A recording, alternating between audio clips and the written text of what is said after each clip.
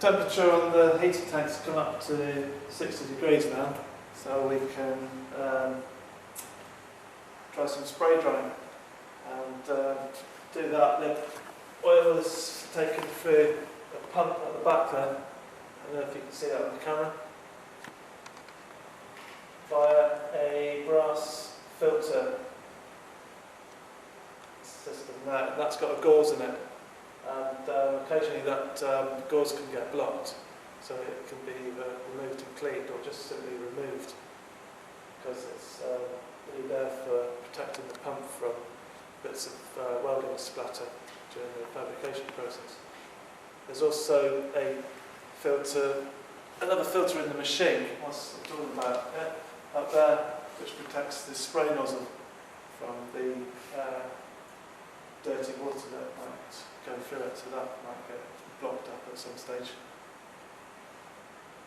So, to turn the pump on, it's the green button. We can leave the heating elements on, and what we're going to do is look at how the temperature changes, and that will indicate how wet or how dry the biodiesel is. So if the temperature starts to go down rapidly when we turn the pump on, that means the biodiesel is wet, because actually spray drying biodiesel takes up an enormous lot of electricity and heat. Conversely, if the heat keeps on rising when we turn the pump on, that means the biodiesel is very dry. We can also take samples from here and look at it visually. If the biodiesel looks like it's dry, we'll turn the heaters off straight away, and that'll save on electricity. And again, look at the temperature, see how rapidly it's falling after the heaters are turned off. After that, the biodiesel still isn't finished, unfortunately. It has to be de-waxed. Whilst we're here, just have a look at this sample that we made last week, which has got some wax in it. So that is the actual finished product, and well, that would be the finished product there, because this is slightly waxy. It looks like cotton wool, and it's got quite a thin, wispy consistency, but some vehicles that is enough to block the filter. So the final process of making biodiesel is to remove that, and that is removed by storing in a settling tank and then pumping the good biodiesel from the top, leaving the waxy stuff behind. And this is always pumped through a filter, or sucked through a filter, depending on the type of pump and filter. If it's a centrifugal pump, you need to suck that through the filter. A really high quality, low micron rating filter. And leave this in the IBC, or decant that up into a separate IBC or a separate tank for further settling and de-waxing. So what we've got here isn't finished, but on top of this, that is our finishing point. But for now, we'll turn the pump on, open the valves, turn the pump on, and see what the temperature does in the tank.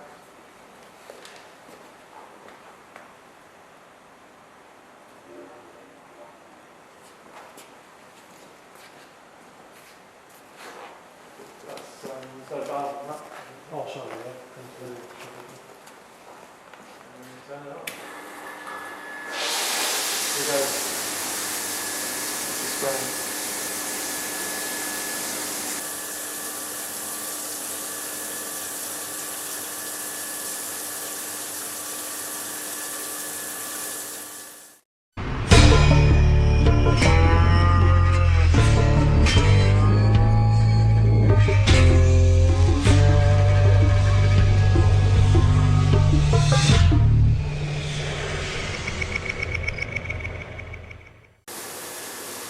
Okay, I think that this tank now has finished the drying process, so we'll take one last sample from here.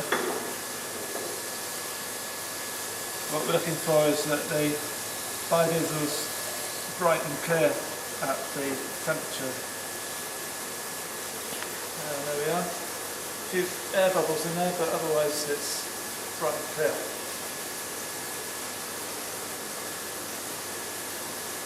So after it's reached this stage, then we need to we can turn off the heating elements. We don't need those anymore. And we just let it continue spray drying for about 15 minutes, no more than half an hour. If you spray it for too long, you can start to oxidise the biodiesel.